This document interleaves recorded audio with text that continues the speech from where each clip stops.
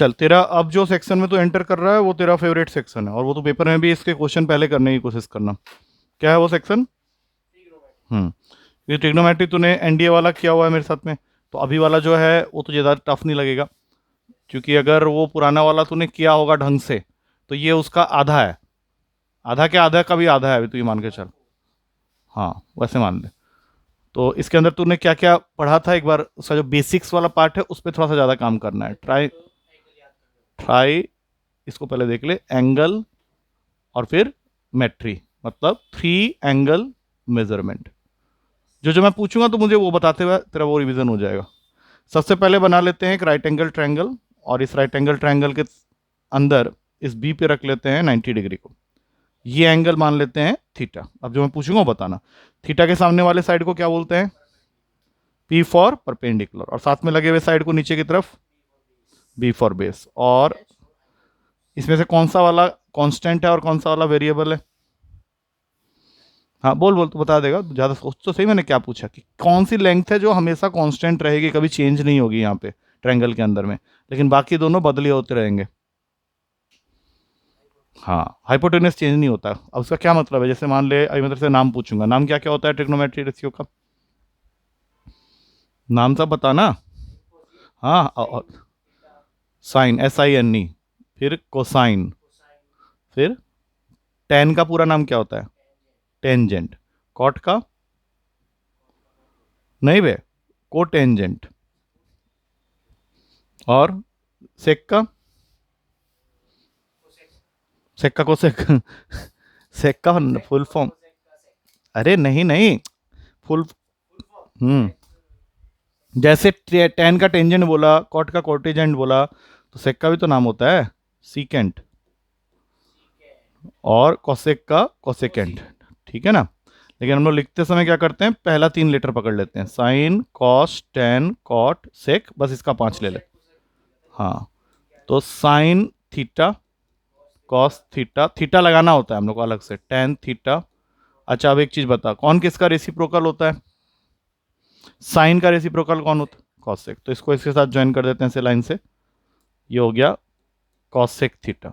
Cos का reciprocal कौन होता है? कॉस का सेक होता है। इसके साथ लगा दे और यहाँ पे लिख दे सेक थीटा। टेन का रेसिप्रोकल क्या होता है? कॉट। जो बच गया और क्या, कॉट थीटा। हाँ, अब ये लिखने के बाद इमीडिएटली स्टार्ट कर बोलना विथ रिस्पेक्ट टू PVH इनकी वैल्यूज क्या क्या होती है। हम्म।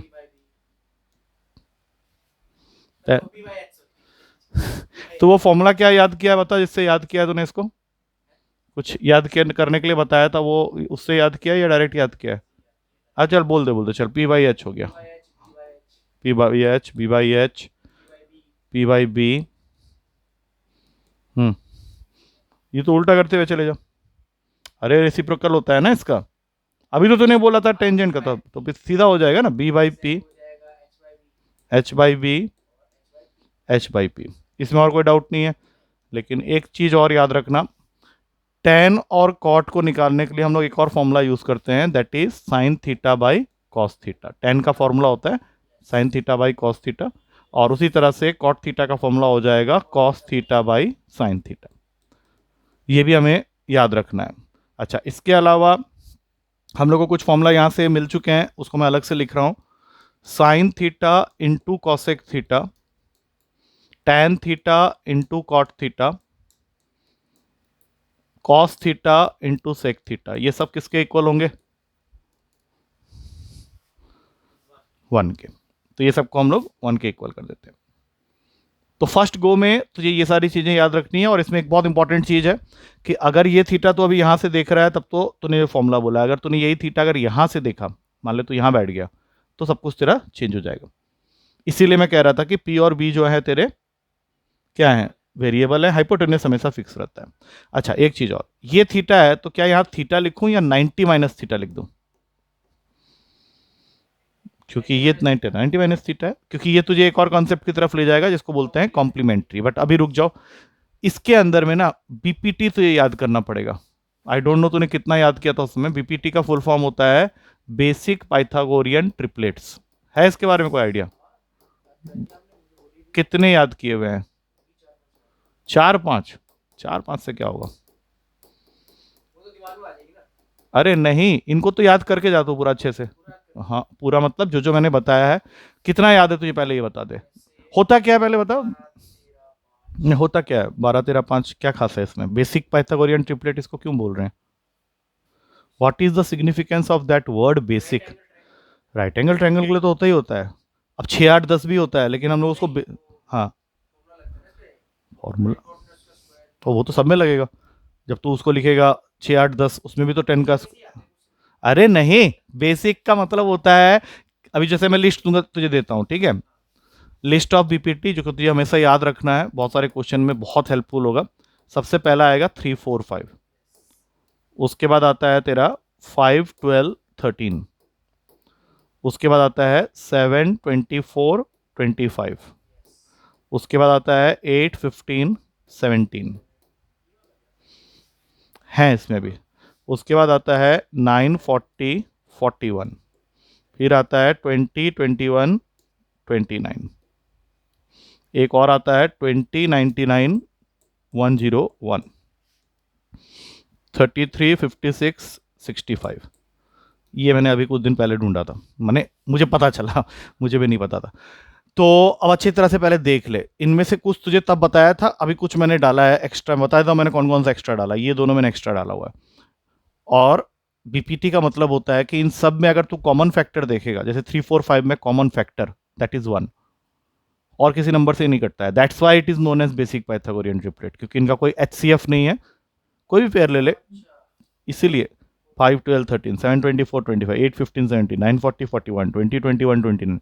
अच्छा, इसके ऊपर एक क्वेश्चन हमने नंबर सिस्टम में किया था कि जब हम लोग किसी भी राइट एंगल ट्रायंगल के साइड्स को लिखते हैं, तो उनमें जितने भी वैल्यूज हैं उनमें से एक वैल्यू हमेशा एक नंबर का मल्टीपल फिक्स्ड होता है। अब तो अभी वो याद तो तुझे होगा नहीं, तो वैसे देख के बता दे, जैसे इन सब वैल्यूज के अंदर एक नंबर ऐसा होगा जो कि फिक्स्ड है कि इसका मल्टीपल होना ही होना है। 2 का कहाँ है भाई? 3 2 का मल्टीपल है। कोई भी नंबर देगा, अरे कॉमन नंबर ढूंढ, जैसे यहाँ 5 है, यहाँ 5 है, यहाँ 25 है, यहाँ 15 है, यहाँ 40 है, यहाँ 20 है, ये 20 है, ये 65 है, ये सब किसके मल्टीपल है? 5 के। ठीक है, ये याद रखना है। हाँ हाँ, ये याद रखना है, ये क्वेश्चन आया हुआ था एक बार। अच्छा, दूसरी चीज है कि अगर ये बीपीटी है, तो अगर इनके हर वैल्यू में कोई एक फिक्स्ड कांस्टेंट मल्टीप्लाई कर दें, तो फिर वो हम लोग को कोई भी ट्रिपलेट दे सकता है, कोई भी पीटी दे सकता है, पाइथागोरियन ट्रिपलेट, लेकिन वो फिर बेसिक नहीं होगा। नहीं, इंटू 2 कर दे, इंटू 3 कर दे, इंटू 4 कर दे, हर वैल्यू के साथ 6 8 10 करके देख ले। 6 8 10 हो रहा है पाइथागोरियन ट्रिपलेट, लेकिन फिर वो बेसिक नहीं रहेगा। इन वैल्यूज को एक बार जल्दी से नोट डाउन कर ले। ये पहला चीज़ जो तुझे करना है, उससे पहले जितनी चीज़ बताए वो सब याद था। उसके बाद बनाएगा ट्रिग्नोमेट्रिक टेबल, उसके बाद कॉम्प्लीमेंट्री एंगल का कंसेप्ट। इतनी थ्योरी तेरी आती है, उस पर क्वेश्चंस बनते हैं, प्लस वैल्यू पुटिंग, और फिर डिग्री रेडियन का थोड़ा सा कंसेप्ट होता है यहाँ पे। डिग्री रेडियन हम लोग अगली क्लास में करेंगे, अभी फिलहाल तो इसको फिक्स करो। हाँ, पाई वाले जो क्वेश्चंस थोड़े उसे वहां से खींचता है वो।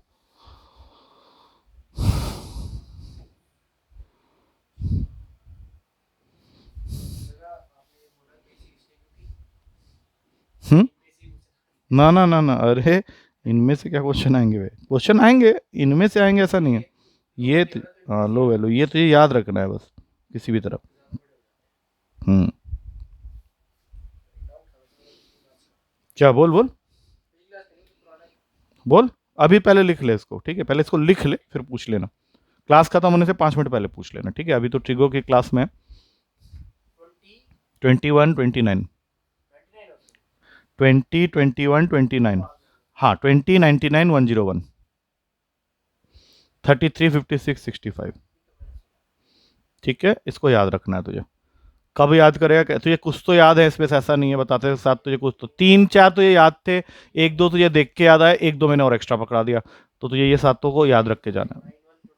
हाँ बस, तो ये सबको याद रखना है, और क्या। ठीक है, यहाँ तक ठीक है। टेबल बना के दिखा कॉपी में, बता देता हूँ कौन सा, क्योंकि टेबल बहुत इंपॉर्टेंट है और पेपर में क्वेश्चन आता है इससे। 0 30 45 60 90, इसके बाहर मत जाना, जरूरत नहीं है। और ये साइन कॉस टेन कॉसेक याद तो किया था क्या होता है, ये तो तुझे याद ही रहना है बिल्कुल। रेडी कर इसको, फिर मैं चेक करूंगा तेरा, फिर उससे रिलेटेड कुछ बातें बताऊंगा। स्टार्ट हो जा।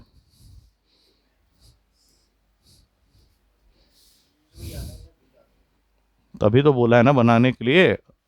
भूला भूल जाता हूँ तो उसको हटाने का एक ही तरीका है कि 3 बार ड्रॉ करेगा अच्छे से समझ के, फिर नहीं भूलेगा।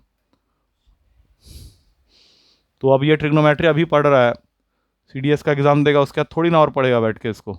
उसके बाद तू कब पढ़ेगा, जब तेरा खुद का बच्चा होगा उसको पढ़ाने का जरूरत पड़ेगा तब तू पढ़ेगा। थोड़ी ना उसको बोले ट्यूशन जा पढ़ ले 1,000 रुपया घंटा देके, नहीं बोलेगा ना। कैसे पैसे काउंट करता है तो फटाक से बैठ के कि अरे सर आप एक्स्ट्रा करोगे तो आपको पैसे मिलेंगे। अबे पैसे नहीं मिलेंगे ना, मुझे चाहिए। करना ही नहीं है, मैं फ्री देख भाई, मुझे करवा ले भाई, कोई गरीब को लिया मेरे सामने बोल कि सर इसको पढ़ाना है पढ़ा दो, पैसे नहीं दे पाएगा। मैं बोला पढ़ ले यार कोई दिक्कत नहीं है। बोले ऑनलाइन करा ले, पैसे दे देगा। मतलब साला कुत्ते की मौत मर ले, इंटरेस्ट नहीं है मेरा उसमें।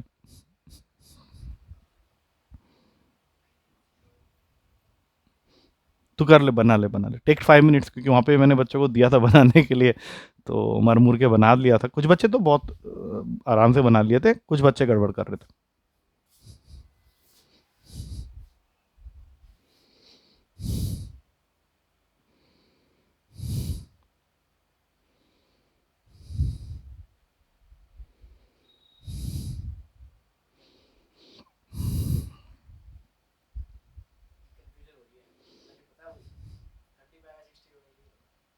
अच्छा एक चीज बता देता हूँ बस, उसके बाद बनाना। देखो इसको याद करने का एक तरीका होता है। अगर फर्स्ट रो बन जाएगा तो सब कुछ सही हो जाएगा। तो पहला होता है 0/4 का अंडर रूट, फिर होता है 1/4 का अंडर रूट, फिर होता है 2/4 का अंडर रूट, 3/4 का अंडर रूट। इसके बाद तुझे एक्चुअली फर्स्ट रो मिल जाएगा, उसके बाद मुझे नहीं लगता कोई दिक्कत होगी।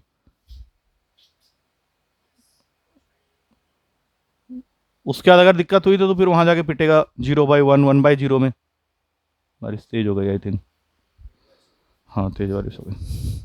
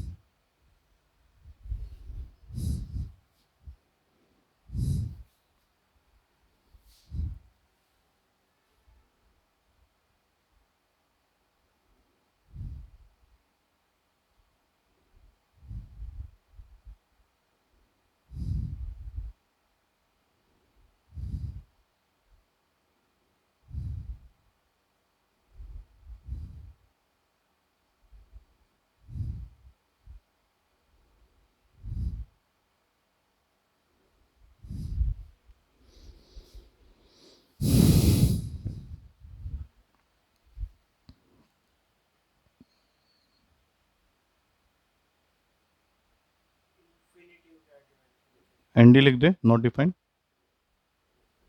बस उतना याद रख ले, वो नॉट डिफाइंड होता है, दैट्स इट।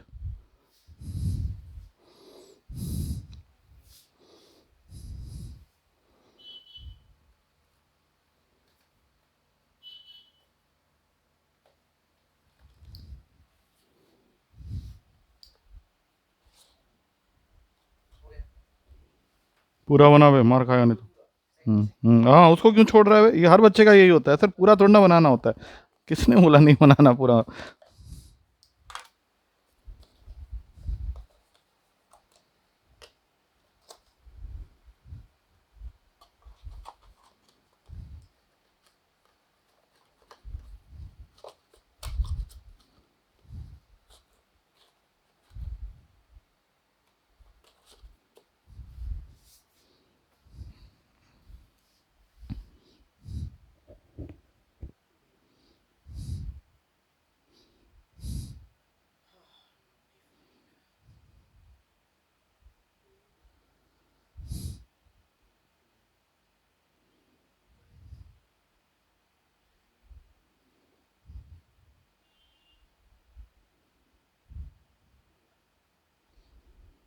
चल मैं बनाता हूँ, तो देखते जा।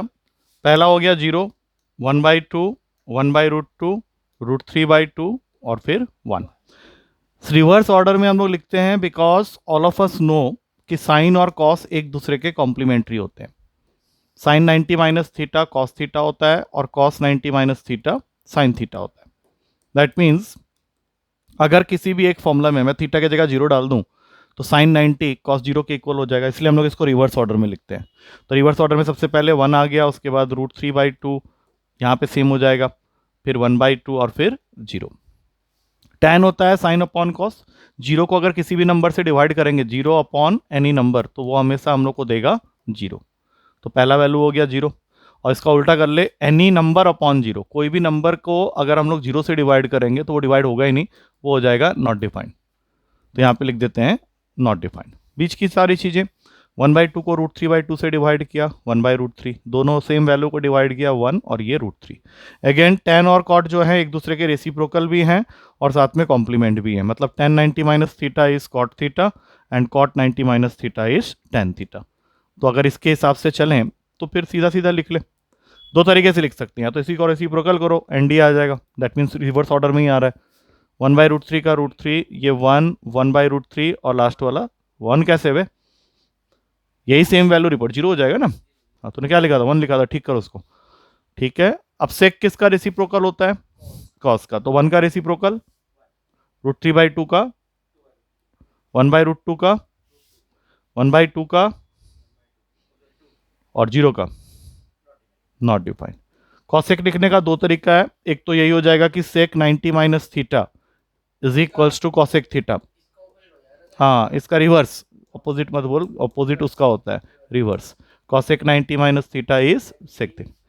ND√2 नहीं, ND2√2 2/√3 एंड 1। ये टेबल कितना सही था तेरा? एक, वो तूने जल्दबाजी में गलत लिख दिया। अच्छा ठीक है, अभी ये याद रहेगा तो ये कितना दिन तक अब याद रहेगा ना। चल अब इसके अंदर से कुछ बातें बता। हाँ नहीं, उतना तक तो याद रख, फिर बाद में बोला ना बच्चे को पढ़ाते समय जरूरत पड़ेगा तुझे। अरे अपने बच्चे को तो पढ़ाएगा, उसको ट्यूशन थोड़ी ना भेजेगा तू। चल अभी बता, नेचर बता, साइन की वैल्यू 0 से 90 की तरफ क्या हो रही है, बढ़ रही है कम हो रही है? देख के बता वैल्यूज को। नेचर बढ़ रही है पक्का। और कॉस की फर्स्ट और लास्ट वैल्यू को देख के हम लोग डिसाइड कर रहे हैं, ठीक है ना। एक चीज का यहाँ पे हमेशा ध्यान रखना कि 0 से 90 की तरफ साइन बढ़ रहा है, कॉस घट रहा है, लेकिन 0 से 45 के बीच में जो साइन की वैल्यू है और कॉस की वैल्यू है उसमें कॉस ज्यादा है, साइन छोटा है। ध्यान से देख ले, यहाँ 0 है, यहाँ 1 है, 1/2 √3/2, ये 1/√2 1/√2, मतलब इस रेंज में तेरा कॉस डोमिनेट करेगा, लेकिन उस रेंज में साइन डोमिनेट कर जाएगा। ठीक है, ओवरऑल देखेगा तो कॉस की वैल्यू 0 से 90 पे घट रही है, साइन की बढ़ रही है। tan पे क्या इंपैक्ट पड़ेगा, बढ़ रही है। कॉट, अब इसके बाद जो तुल्य लिखना है वो सब इसका उल्टा हो जाएगा। कॉट tan बढ़ रहा है तो कॉट उसका उल्टा है तो कमेगा।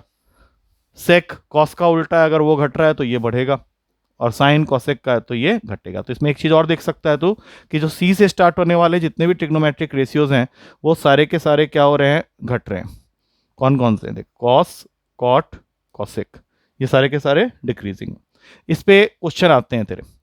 ये जो बात मैंने बताई है ये वैसी तो हल्की लग रही है सुनने के लिए, लेकिन इस पे जो क्वेश्चन आता है तो बच्चा गलत करके आता है पेपर।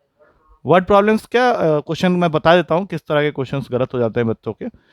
जैसे मैं अभी एक क्वेश्चन तुझे दिखाता हूँ। एरो लगा ले, एरो एरो लगाने में कुछ नहीं है, नेचर जरूर लिख लेना ऊपर में, नहीं तो ये नहीं पता चले एरो लगाया किस लिए।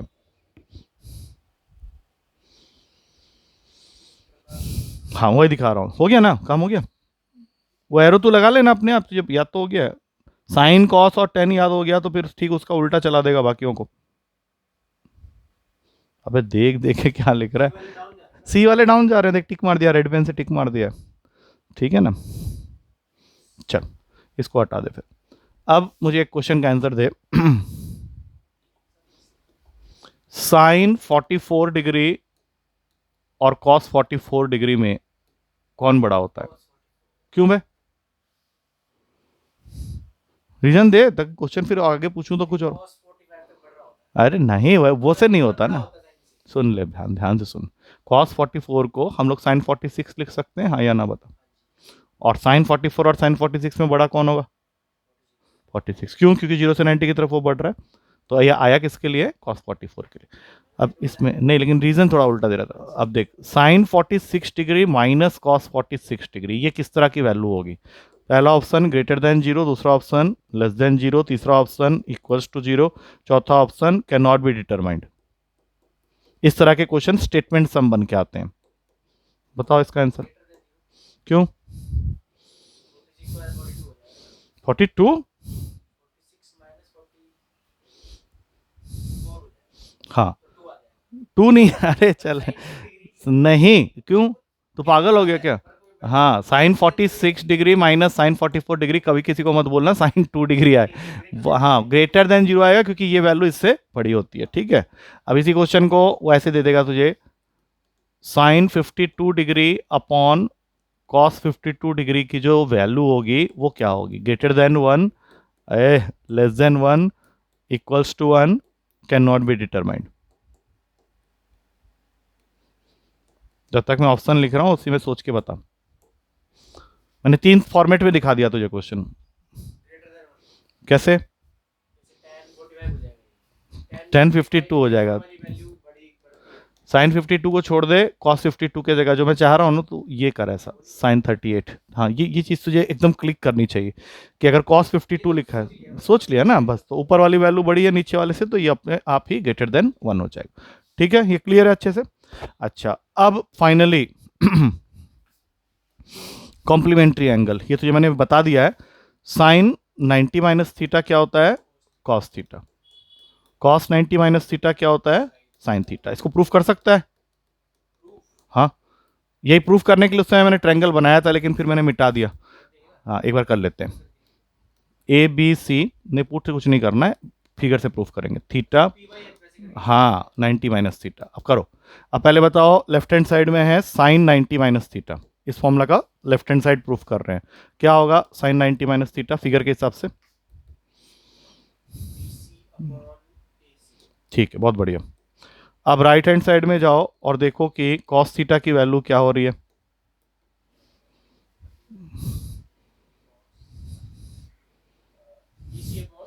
बी सी अपॉन ए सी। अब ध्यान से देखो, क्या दोनों ही बी सी बाई ए सी है, हो गया इक्वल। इस तरह से किसी को भी प्रूफ कर सकते हैं, ठीक है, छोड़ दो इसको। फाइनली आते हैं ये 3 आइडेंटिटीज जो तेरा पीछा नहीं छोड़ेंगी, पूरे क्वेश्चन करते समय इसी की जरूरत पड़ेगी। Sine square theta plus cos square theta equals to 1। इसके पैरेलल में sec square theta minus tan square theta is equals to 1। और इसी के पैरेलल में cosec square theta minus cot square theta is equals to 1। ये तो formula पढ़ा हुआ है तूने। अब इनके अंदर से हम लोग फॉर्मूलाज बनाएंगे, क्योंकि ये सिंगल फॉर्मूला नहीं है, इसमें और भी फॉर्मूला निकलेंगे। जैसे साइन स्क्वायर थीटा को हम लोग लिखते हैं 1 माइनस कॉस स्क्वायर थीटा, और इसके अंदर ए स्क्वायर माइनस बी स्क्वायर की आइडेंटिटी लगा के इसको लिख सकते हैं 1 plus cos theta into 1 minus cos theta, लिख सकते हैं ऐसा। उसी तरीके से यहाँ कॉस स्क्वायर थीटा है, इसको लिखेंगे पहले 1 माइनस साइन स्क्वायर थीटा, इसमें सेम आइडेंटिटी लगा के लिख सकते हैं 1 plus sign theta into 1 minus sine theta. तो जब हम लोग क्वेश्चन करेंगे तो ये जो नीचे के लिख रहा हूँ ना, इनकी भी जरूरत पड़ेगी हम लोग को। या तो वैल्यू पुटिंग से कर लिया, नहीं कर पाया तो फिर इनकी जरूरत पड़ेगी। अब इसी तरह से कुछ फॉर्मुलाज यहाँ से निकालने की कोशिश करो। पहला फॉर्मूला सेक स्क्वायर थीटा का बोलो। हाँ तो इस फॉर्मूला में तो प्लस आ गया, तो कुछ खास कर नहीं पाएंगे। टेन स्क्वायर थीटा का बताओ। इसको खोल सकते हैं, क्या बन जाएगा, इंटू सेक थी। और क्या कहना चाह रहा था बोल। हाँ इसमें एक फॉर्मूला और बनेगा, ठीक है, वो मैं बाद में बताऊंगा, बाद में बताऊंगा, अभी क्वेश्चन करते समय बताऊंगा। अब इसका पहले कर ले। कॉसेक स्क्वायर थीटा का फॉर्मूला क्या बन गया। हाँ और फिर उसी तरह से कॉट स्क्वायर थीटा का फॉर्मूला बनाने जाएंगे तो ये बन जाएगा कॉसेक स्क्वायर थीटा -1, और इसको तोड़ के लिख सकते हैं cosec theta +1 into cosec theta -1। यहाँ पे तेरे सारे 10th क्लास वाली थ्योरी जो है खत्म होती है। अब मुझे याद दिला, तो ये वैल्यू पुटिंग याद है, क्योंकि उस पर हमने काम किया हुआ है अच्छा खासा। 2-3 क्वेश्चन पूछ के सिर्फ वाइंड अप कर देता हूँ। वाइंड अप मतलब थ्योरी को खत्म कर देते हैं, सो दैट क्वेश्चंस कर सकें, ठीक है। जैसे ये याद रहेगा ना, लिखना है तो लिख ले, देख ले, मुझे कुछ नहीं करना, लिख ले, तो बाद में ये ना बोलना थ्योरी नहीं बताया।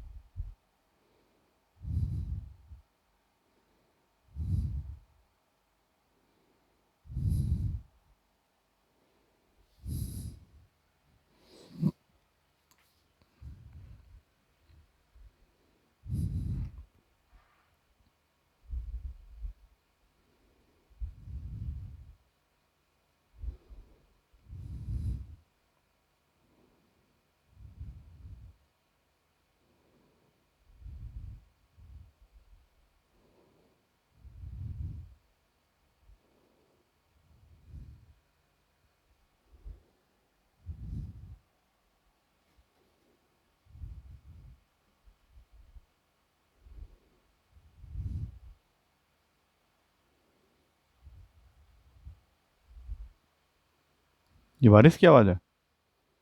हाँ। हाँ, अभी ज़बरदस्त हो गई है। मॉर्निंग से ठहर ठहर के थी, अब जाके अपना पूरा टोटल फोर्स में आ गई।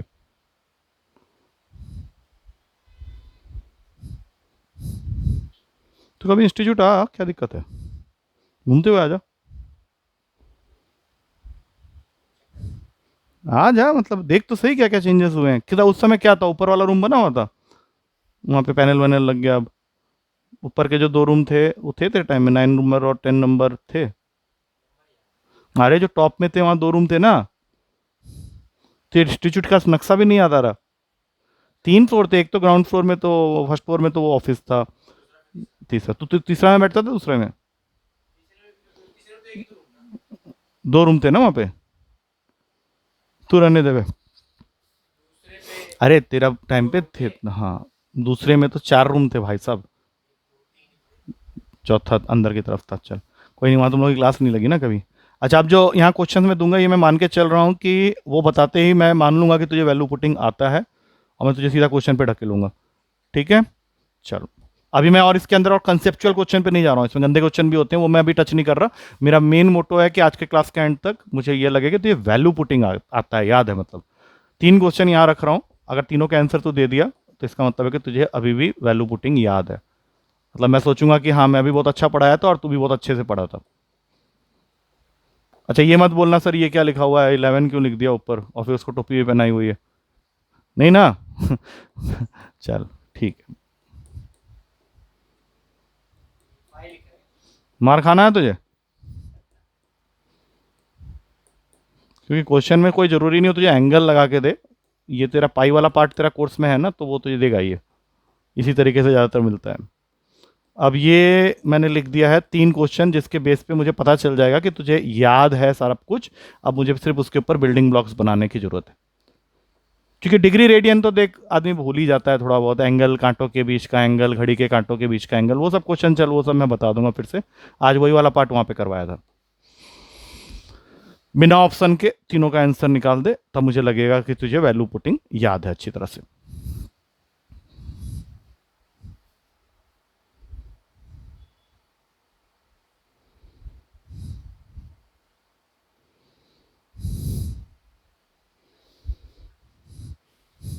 तू ना तीनों कर ले, मैं तुझे 2-3 मिनट छोड़ दे रहा हूँ बिल्कुल। कर ले, फिर मैं तेरे से पूछ लूंगा आंसर। गलत हुआ तो मार खाना उसके बाद। मज़ा आ गया, बारिश हो रही है ज़बरदस्त। और ये रुकेगी भी नहीं इतनी जल्दी अभी।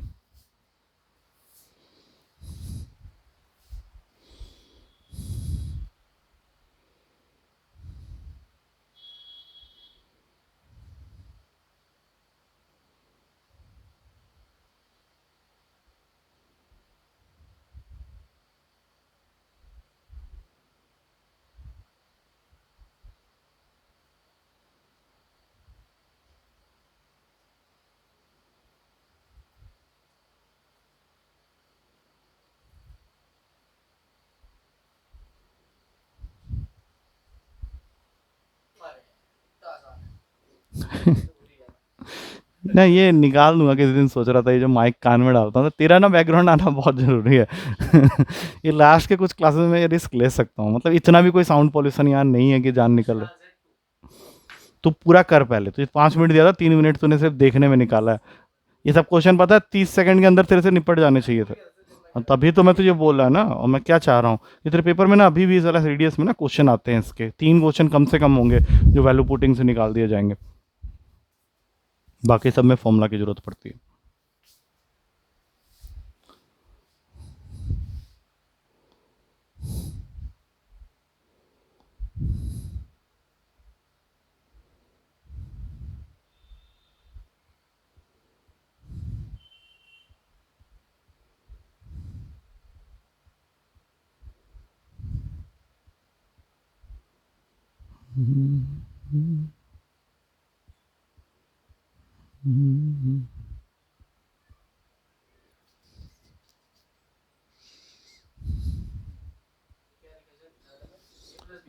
हाँ, is equals to पाई/2।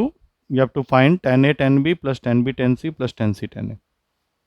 A plus B plus C पाई/2 के इक्वल दिया हुआ है।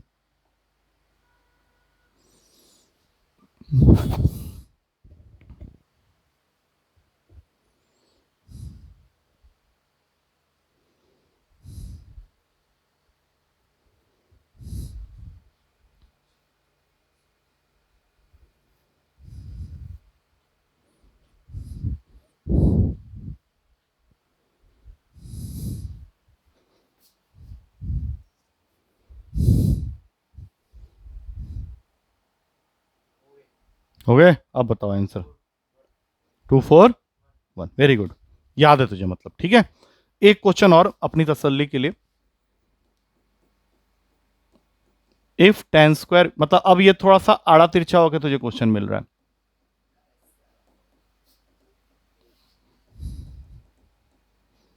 क्वेश्चन क्या कह रहा है कि if tan square B is equals to 1 - sin a whole upon में 1 + sin a, find a + 2b। करना ये भी वैल्यू पुटिंग सही है, बट जैसे तूने यहां क्या किया, दो एंगल सोच लिए जिनका सम 45 डिग्री होना चाहिए और जो टेबल के होने चाहिए, तूने 0 और 45 लगाया होगा।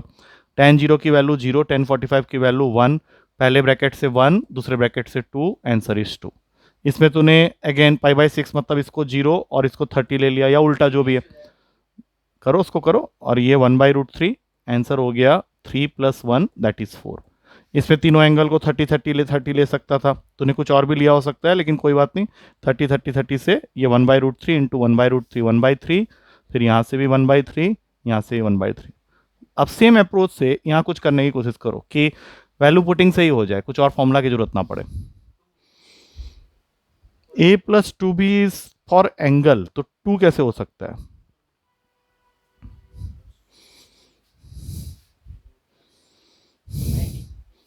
आ गया समझ में? क्या किया बताना। ए को कर दिया तूने 0 डिग्री, और इसको कर दिया होगा 45 डिग्री। कहीं से भी स्टार्ट कर ले, अगर हम लोग लेफ्ट हैंड साइड में टेन की कोई सबसे इजीएस्ट वैल्यू लें तो वो 45 डिग्री होगी, तो उससे तुम्हारा लेफ्ट हैंड साइड हो जाएगा 1। अब हम लोग क्या चाहते हैं कि राइट हैंड साइड में जो भी है इससे भी 1 आए। अब ये तभी पॉसिबल है जब साइन ए गायब हो। अब साइन ए को गायब करने का मतलब ए को 0 डिग्री दे दो कि साइन 0 0 होता है। हाँ बिल्कुल कर सकते हैं, उससे भी आंसर वही आएगा। तो ये कितना, हाँ बिल्कुल कर सकते हैं, 0 इंटू। ठीक है, तो इस पे तेरी मास्टरी हुई पड़ी है। ठीक है, अब मैं तुझे कुछ क्वेश्चंस देता हूँ, डिक्टेट कर रहा हूँ, लिखते जा, करते जा। अब ये चैलेंजिंग क्वेश्चन होंगे, मतलब ये अब वैल्यू पुटिंग से नहीं होंगे, ठीक है ना। लिख देता हूँ, ज़्यादा बेटर रहेगा। पहला question, if sec theta plus tan theta is equals to 4, find sine theta. Start हो जाओ। ये सब भी बताया था मैंने पहले, लेकिन अभी ये चीजें हैं तो भूल सकता है।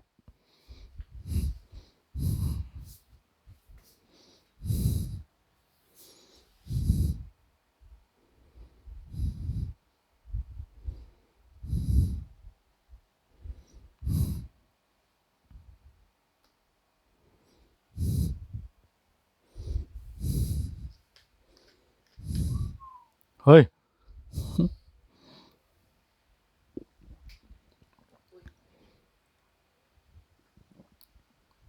इसमें वैल्यू पुटिंग नहीं चलेगा, और इसका आंसर मैं ऑप्शन दे देता हूँ, रुक जा।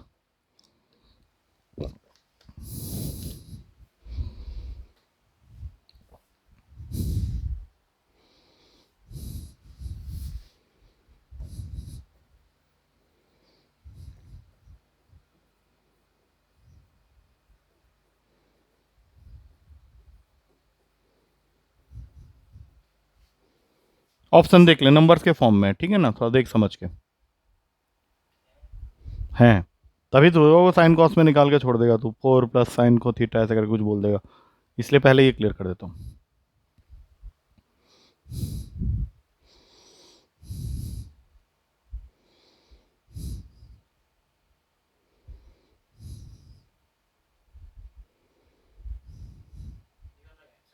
यस,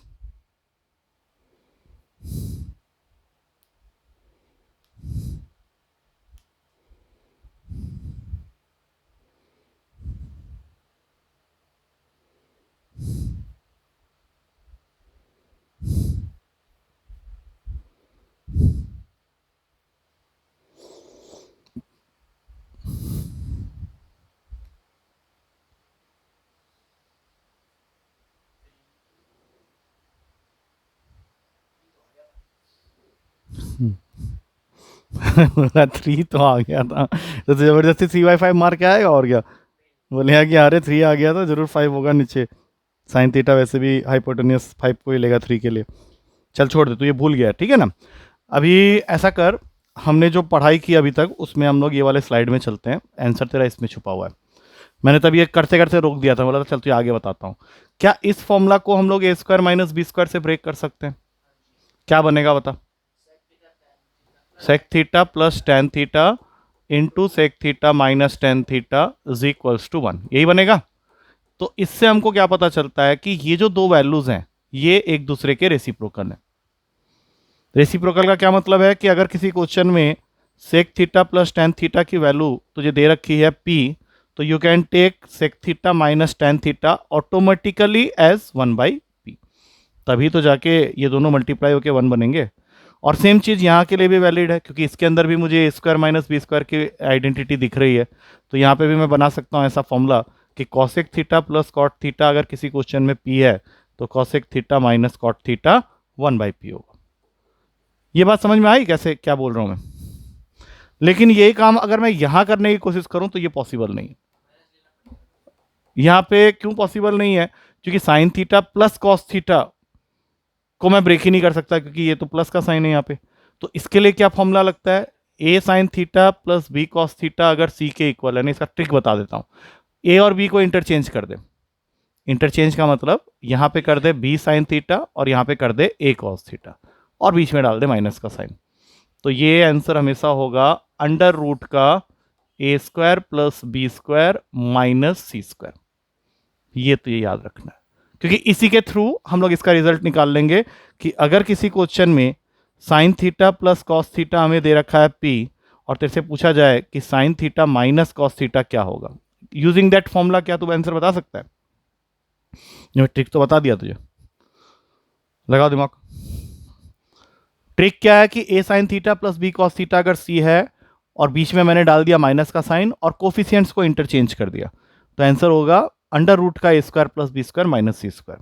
अब तू बोलेगा सर इसका तो कोफिशियंट ही नहीं है। अरे है ना, 1 और 1। अब इंटरचेंज किया तब भी 1 ही 1 रहा, लेकिन प्लस की जगह माइनस कर दिया बीच में। अब बताओ आंसर क्या होगा? अंडर रूट में। आ गया समझ में? तो ये जो क्वेश्चन अभी हम लोग ने करना था उसमें वापस आ जाते हैं। ये था क्वेश्चन। तो क्या मैं इसके नीचे अभी लिख सकता हूं कि sec theta minus tan theta जो होगा वो 1/4 हो जाएगा। अब इनको ऐड कर ले, ऐड करेगा दोनों गया, sec theta plus sec theta हो जाएगा 2 सेक थीटा, 4 प्लस 1/4 हो जाएगा 17/4। तो यहां से सेक थीटा की वैल्यू आ गई 17/8। हाँ या ना? अब याद दिला 17 और 8 के लिए ट्रिपलेट कौन सा था? आज ही लिखवाया तुझे, पगला गया क्या सुबह सुबह? 8, 15 और 17। ये यहाँ पे तो काम आएगा ना। ये यहाँ पे तो काम आएगा। अब देख ध्यान से, थीटा यहाँ रख दिया। सेक थीटा क्या होता है बताओ पहले पीबीएच के टर्म्स में? h/b। तो 17 यहाँ भागेगा, 8 यहाँ भागेगा, तो 15 यहाँ बैठेगा आके, और क्या। और हमसे क्या पूछा गया था? साइन थीटा की वैल्यू। आंसर तुम्हारे सामने है 15/70। ये वो बाकी के 3 क्वेश्चन होंगे, मैंने उसमें से एक दिखाया मैंने तुझे। 3 मैंने क्या बोल दिया, वैल्यू पुटिंग से हो जाएगा। बाकी 3-4 जो होंगे वो ऐसे होंगे। वहाँ पे तुझे कुछ कुछ चीज़ें सीखनी पड़ेंगी। जैसा अभी तुझे एक बहुत अच्छी सी चीज़ पता चली है, वो जो नोट नहीं किया, मैं यहाँ पे दोबारा लिख रहा हूँ।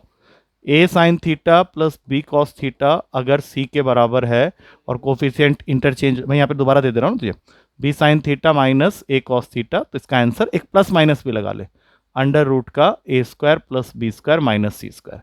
इसके अलावा 2 बातें और बताई थी मैंने, सेक और टेन कॉसेक और कॉट से रिलेटेड, कि अगर sec theta plus tan theta p है तो sec theta minus tan theta 1/p होगा।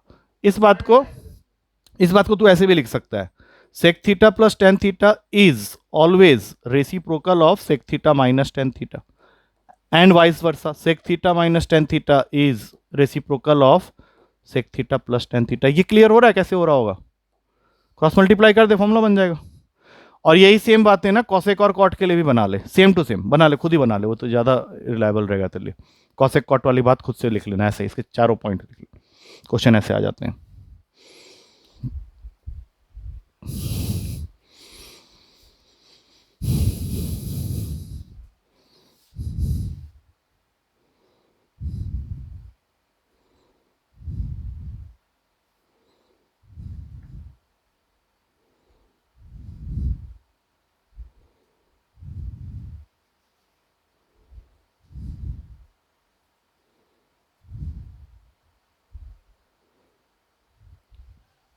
हो गया, सारी बातें लिख ली ना।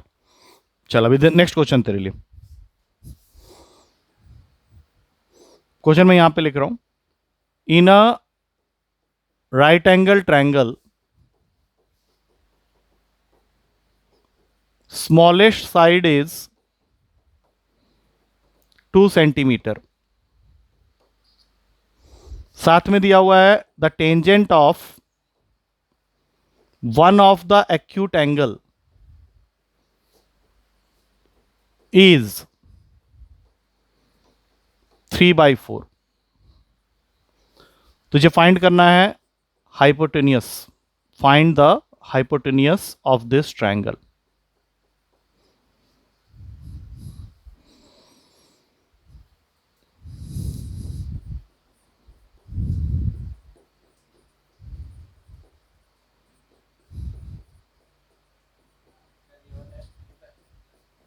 ये तेरे ऑप्शंस।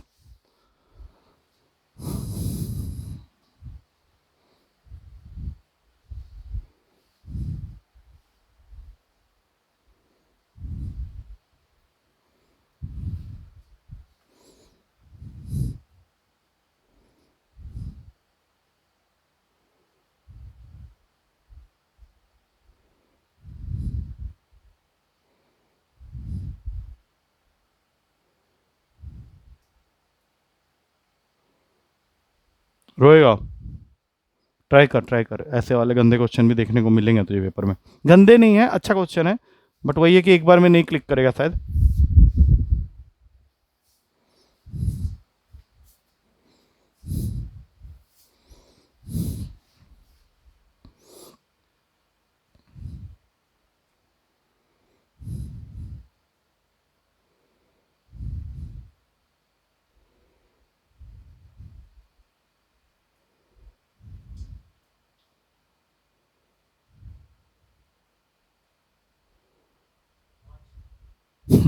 5 तो वो ऑप्शन है जिसका भी होगा ही नहीं तेरा।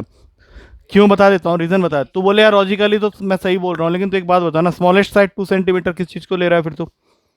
यहाँ पे गड़बड़ है ना। नहीं तो ये क्वेश्चन तो वैसे ही खत्म हो जाना था, अगर मान ले पहला लाइन में हटा दूं, पहला लाइन भी क्या, स्मॉलेस्ट साइड की वैल्यू हटा दूं, फिर तो 5 ही है। अब देख ध्यान से क्या गलती हो रही है। हम लोग यूजुअली क्या करते हैं ना, कि कोई भी एक एंगल ले लिया, उसका टेंजेंट लगा के सीधा क्या करते हैं, 3/4 दिया तो 3/4 कर देते हैं, लेकिन ये करना गलत है। यूजुअली जब हम पहली बार ट्रिग्नोमेट्री पढ़ रहे थे ना, तो ऐसे नहीं करते थे, इसके आगे के लगाते थे। तो अभी भी हमें इस कंसेप्ट के साथ में जाना है कि यू कैन टेक डायरेक्टली। हाँ, 3K 4K तो ऑटोमेटिकली 5K ही होगा, लेकिन अब बता 3K 4K और 5K में स्मॉलेस्ट साइड कौन सा है, और उसकी वैल्यू कितनी दे रखी है तुझे, 2। तो 3K को इक्वेट कर दो 2 के साथ, K की वैल्यू आ जाएगी 2/3। अब हमें हाइपोटेनियस निकालना है, बेस निकालना है, परपेंडिकुलर निकालना है, कुछ भी निकाल सकता है, फिलहाल तो हाइपोटेनियस निकाल ले। 5 इंटू 2/3 करेंगे, आंसर आ जाएगा 10/3। आया समझ में? क्लियर है? Next question. लिख रहा है ना, लिखते रह, मतलब ये सब चीज़ें अभी तो तुझे लग रहा है समझ में आ गया, पेपर में फिर कुछ घुमा के पूछेगा, तो कंसेप्ट को सही रखना।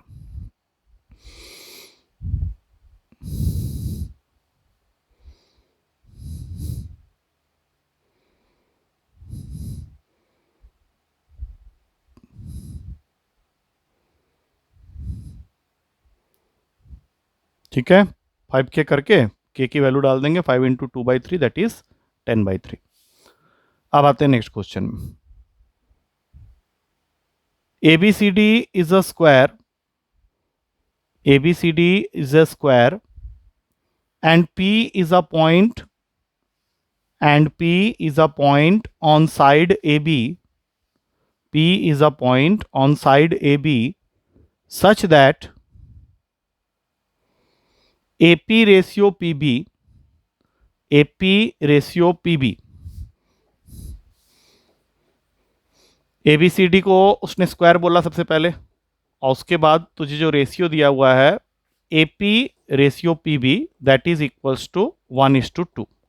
इसके अलावा तुझे एक और चीज मिल गई, एंगल APD की वैल्यू थीटा, और क्वेश्चन कह रहा है कि you have to find cos theta. ये 4 डेटा के साथ क्वेश्चन है, मैंने थोड़ा सा रफली लिख दिया है। ये क्वेश्चन इजी है, कर ले आराम से। As compare to the last question, ये क्वेश्चन ज्यादा अप्रोचेबल क्वेश्चन है।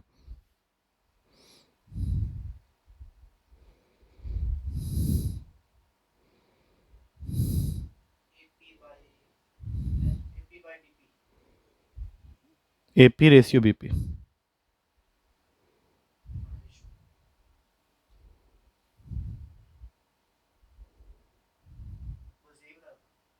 क्या आंसर बोल।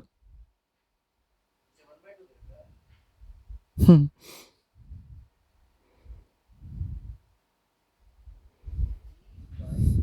इसकी AP रेशियो PB दे रखा है, इसके ऑप्शंस में दिया है 1/10, 1/√10, 1/5, 1/√5, ये इसके ऑप्शंस है। अब जो भी करना है ऑप्शन के अकॉर्डिंग।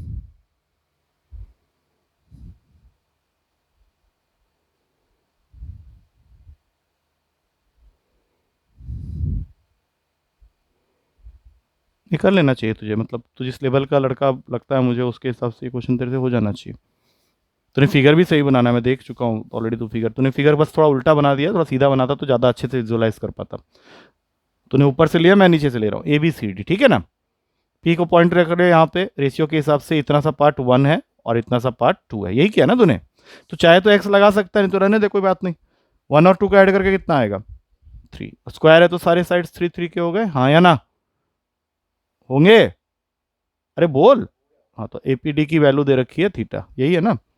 अब बता, अब तो देख फिगर इतना क्लियरली बना दिया, ऑप्शन भी दे दिया, कॉस थीटा निकालना है इस ट्रायंगल के अंदर से जहां पे ये 90 डिग्री बन रहा है, ये थीटा लिया तो।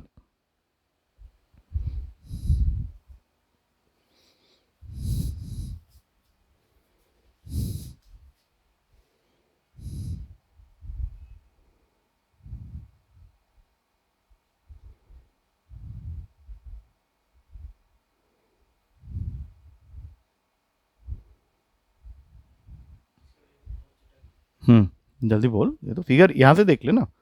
तेरे पास ऑलरेडी बेस और परपेंडिकुलर तो आ ही गया है, हाइपोटेन्यूज हाँ निकाल, कितना होगा 1 और 3 को लेकर हाइपोटेन्यूज कितना हो जाएगा। है तू क्या पागल वागल हो गया, अगली बार से माइक हटा दूंगा। √10। अब बताओ कॉस थीटा की वैल्यू क्या होगी, कॉस थीटा की वैल्यू, बस खत्म और क्या। ठीक है, ये तीसरा क्वेश्चन था या चौथा था, पहले एक बार देख रहा थी। 1 2 3, हाँ एक और लिख, लिख। ABCD इज अ रोम्बस, पता है। अब ध्यान रखना, अगला चैप्टर यही है पूरा, ये सबके साथ में PhD करना है। ABCD is a rhombus and K is the middle point of side AB। K is the middle point of side AB, such that CK is perpendicular to AB, such that CK is perpendicular to AB। तुझे find करना है angle A, find angle A।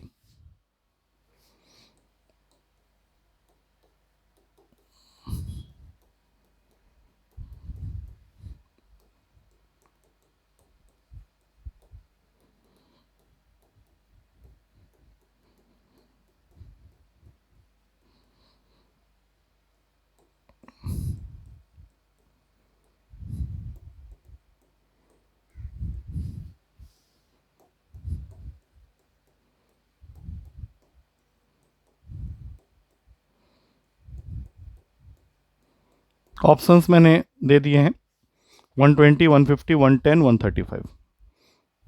ज़्यादा पेचीदा मामला मत करना, आराम से सोच समझ के कर, नहीं बनेगा कोई बात नहीं, बस एक बार ट्राई कर ले अच्छे से, 2 मिनट ट्राई कर ले।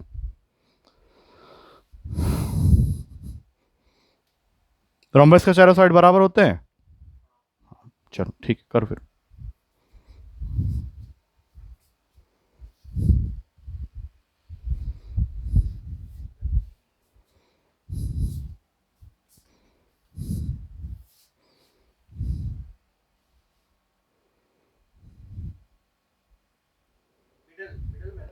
K is the middle point of AB, मैंने लिख दिया है, बाद में क्वेश्चन को दोबारा एक बार देख ले, इसमें ये 4 डेटा दिए हुए हैं।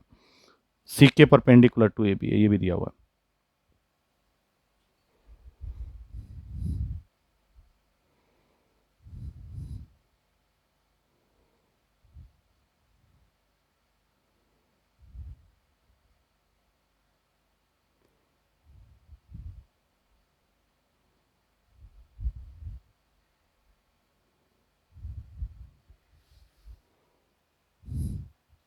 तो हाँ गेस वर्क पे चले जाएगा अब तेरा। मान ले क्वेश्चन आता है और तुझे मन कर रहा है, करवा दूँ ना, चल कोई बात नहीं, थोड़ा सैचुरेटेड भी आ गया होगा, काफ़ी कुछ कर लिया। हाँ बोल फिर, कर लें फिर इसको, उसके बाद बताना। इससे रिलेटेड है? हाँ डी लेके जाएगा तो क्या उखाड़ लेगा तू? तो डी ले सकता है, उससे कुछ नहीं होने वाला, पहले ही बता दे रहा हूँ। वो डेटा से तो जब तक उसको वेरीफाई होते देर में क्वेश्चन सॉल्व हो जाता है। तूने फिगर ऐसे बना लिया है, पहले देख ले। उसमें वैसे एंगल निकालने वाला कोई क्वेश्चन नहीं होता है, तो बेकार फालतू टाइम वेस्ट कर रहा अपना। नहीं नहीं वैसा कुछ नहीं होता। K is the middle point of A B. अरे तो रुक, तो K is the middle point of A B लगा, इसमें कैसे लगाएगा? मैं ले तुझे डी दे देता हूँ, यहाँ पड़ा होगा एक, उससे क्या हो जाएगा? तो कर ना, कर। कैसे पता चल जाएगा? तू फिगर अपने हिसाब से बना रहे, तू एंगल ए कैसे निकाल लेगा? तो इसका फिगर नहीं होगा ना, इसमें मैंने फिगर बोला, इसमें बोला कि इन द गिवन फिगर, ऐसा तो नहीं बोला ना मैंने। अब ऐसा जिसमें वो फिगर बना के देता उसमें वो तुझे एंगल नापने बोलेगा ही नहीं।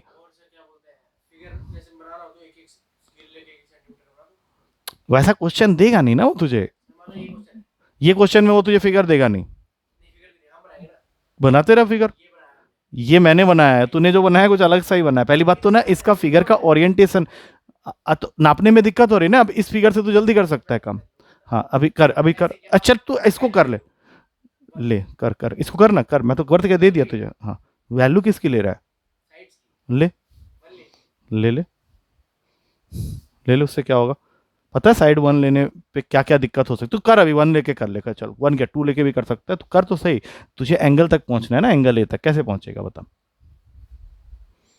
मान ले लिया, हाफ वन ले लिया, और तुझे के मिड पॉइंट दिया, ये दोनों हाफ हाफ हो गए, ये वन हो गया, पहुंचेगा कैसे? है ना वहां पे दिक्कत है। अब करना क्या है देख ध्यान से, ये मिड पॉइंट है, ये 90 है, मान रहा है इसको? तो ये वाली वैल्यू को a/2 और इस वाले को a, मतलब मैंने इनिशियली इस साइड को a लिया था, मिड पॉइंट की वजह से ये a/2 हो गया। अब इस ट्रायंगल को सिर्फ देख, केबीसी ट्रायंगल को, उस ट्रायंगल के अंदर ये 90 है, क्या मैं cos b की वैल्यू को 1/2 लिख सकता हूं? एक बार जल्दी से देख के बता। cos किस एंगल पे 1/2 देता है? अब ये सब जल्दी जल्दी होना। 60, इसका मतलब है कि तूने ये प्रूफ कर दिया कि तेरा जो एंगल बी है दैट इज 60 डिग्री। अब ये सेम लाइन के ऊपर बने हुए एंगल हैं, कॉम्प्लीमेंट्री नहीं सप्लीमेंट्री, तो इन दोनों का जो सम होगा वो किसके इक्वल होगा? 180। तो वो 60 है तो ये 120। हाँ ऐसा क्या कर सकते हैं ना ऐसे क्वेश्चन, ये थोड़ा सा इसमें ध्यान रखना है। बहुत सारे होते हैं, diagnose bisect each other at 90 degree, सबसे मेन प्रॉपर्टी। हाँ वो होता है, बस उससे उसका कोई यूज़ नहीं होने वाला इस क्वेश्चन में, वो कहीं और दूसरी जगह में यूज़ होगा। लेकिन चल इतना ठीक है, चल बंद कर, ठीक है आज के लिए काफ़ी है इतना।